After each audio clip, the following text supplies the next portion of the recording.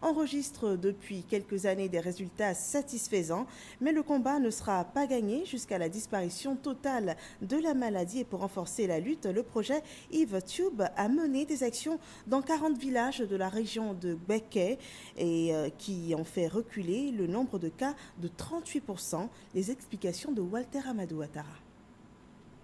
Dans le cadre du renforcement des différentes activités de lutte contre le paludisme, l'Institut Pierre Richet de Bouaké, centre de recherche de l'Institut national de santé publique, expérimente un nouvel outil de lutte antivectorielle contre les moustiques devenus résistants aux insecticides conventionnels.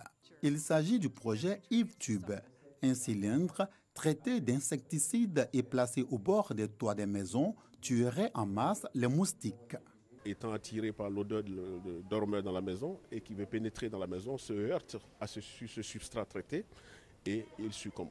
Expérimenté dans 40 villages de la région de Gbeke, le EveTube a fait reculer le nombre de cas de paludisme de 38% selon les initiateurs. Dans une zone où les moustiques sont fortement résistants aux pyrethroïdes, qui est la matière active utilisée dans les moustiquaires imprégnés, les EveTube qui viennent en amont, en plus des moustiquaires imprégnés, réduisent près de 40% l'incidence du paludisme, des cas de paludisme chez les enfants de moins de 10 ans.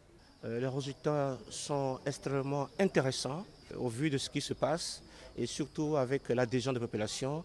Le ministère de la Santé et l'hygiène publique prendra toutes ses responsabilités pour que cet outil soit mis à la disposition des populations. Réduction de 2 fois le nombre de moustiques dans les maisons et de risque de transmission de paludisme dans les villages dotés de EveTube. Des résultats présentés aux autorités et acteurs du système de la santé à l'Institut national de la santé publique dans la commune d'Adjamé.